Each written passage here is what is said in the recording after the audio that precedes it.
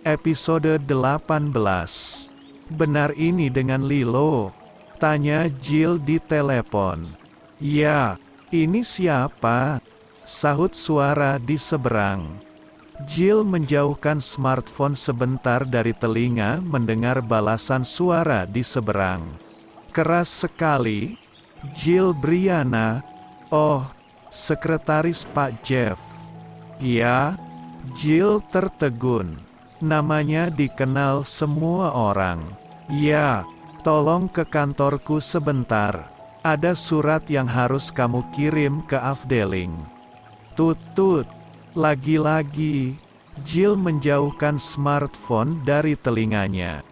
Belum selesai bicara, Lilo sudah mematikan sambungan telepon hingga membuat Jill terkejut.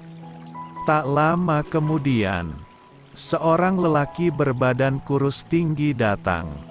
Ia mengetuk pintu dan Jill segera keluar membawa surat yang dititipkan oleh Alif. Jill sedikit heran menatap penampilan pria di hadapannya itu.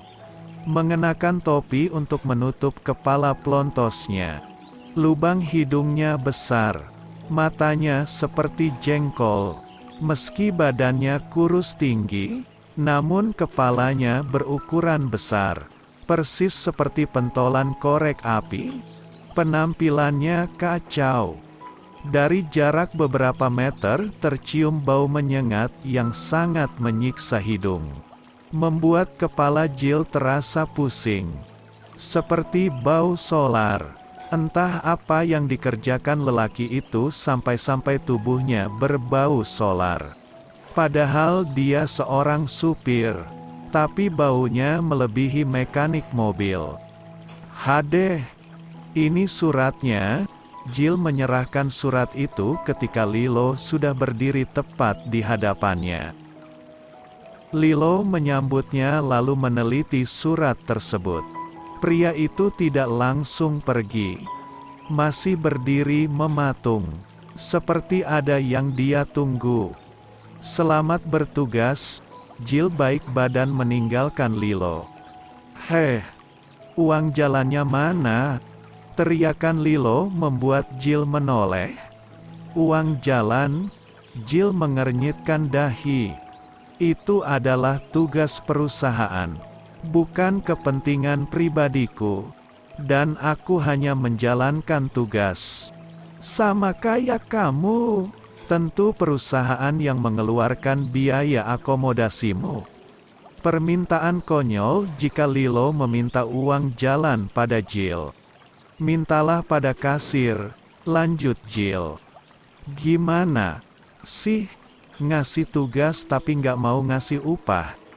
Kau pikir semua orang di sini babumu apa? Kau bertingkah seperti bos saja. Lilo merepet.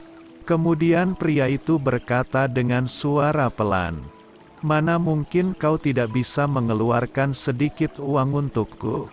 Kau kan bisa menggesek direktur. What?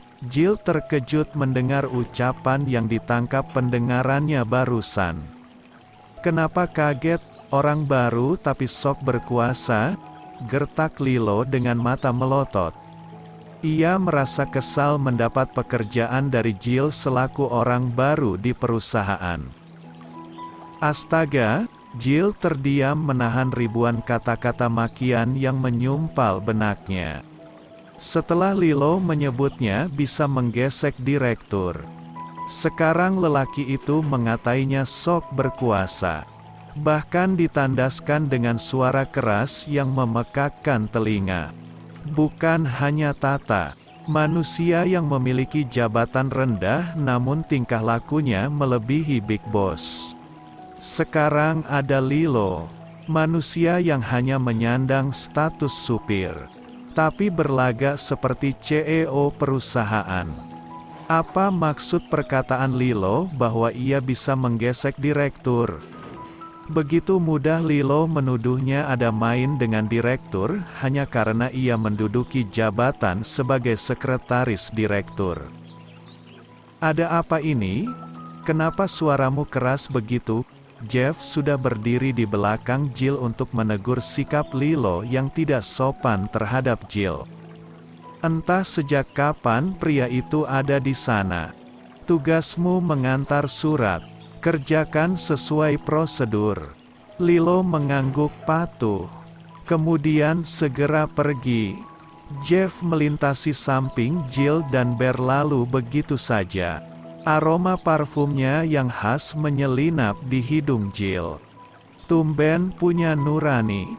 Kesambet apa tuh orang? Jill menatap Jeff yang melenggang meninggalkannya.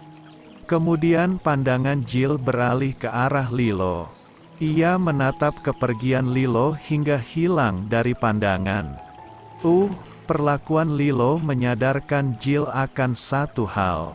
Di perusahaan itu, Jill merasa seperti tidak memiliki kehormatan. Tidak dihargai. Segalanya terasa menyedihkan. Banyak orang menghujatnya. Dari semua yang dia alami, dia mengambil sebuah kesimpulan. Manusia hanya memandang orang lain dari jabatan dan kekayaan. Tanpa jabatan, kekayaan dan harta, manusia dianggap seperti sampah dan dianggap tidak terhormat. Mayoritas manusia memandang orang lain dari gelar, jabatan dan kekayaan. Tanpa itu, manusia terlihat seperti sampah dan tidak dihargai. Faktanya Jeff yang hidup sebagai orang berjabatan tinggi, tidak satu pun orang menghinanya. Dan Jill, tidak seorang pun yang memandangnya karena statusnya di sana hanyalah karyawan. Ini realita kehidupan, yang semuanya selalu dikaitkan dengan materi.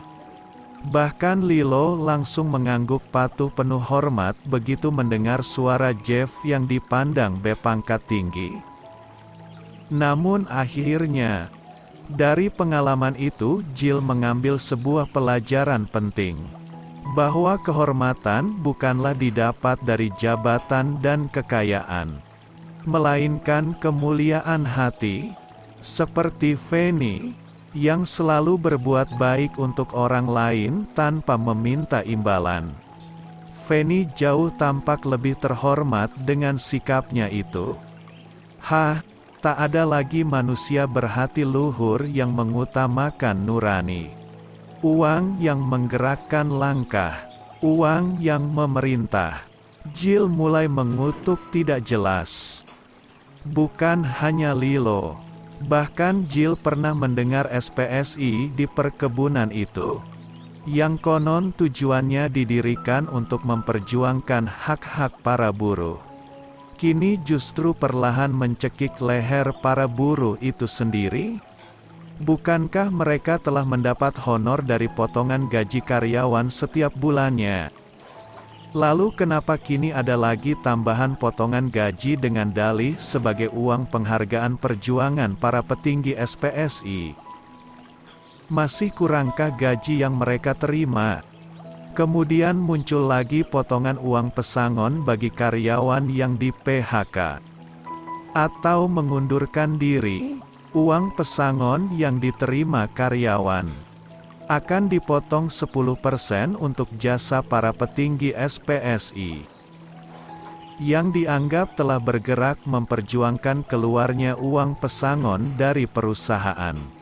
Sayang sekali, seharusnya pekerjaan itu mulia tapi berubah menjadi tidak terpuji.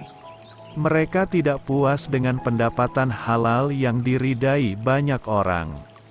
Bukan hanya di lingkungan perusahaan. Di lingkungan pedesaan juga demikian. Persis seperti cerita kakek Jill sewaktu beliau masih muda. Para manusia yang menjadi aparat desa hanya akan bergerak membantu masyarakat jika diberi amplop. Tentunya bukan amplop kosong. Bukankah kepala desa sudah menerima pendapatan dari tugasnya? Lalu kenapa aparat desa tidak mau mengeluarkan surat miskin atau surat-surat lain yang dibutuhkan kakek sebagai warganya bila tidak disuap uang? Demikian juga dengan sekdes. Dia mempersulit urusan pembuatan surat pengantar untuk segala keperluan jika tidak disogok dengan uang. Memalukan, ini seperti sudah mendarah daging.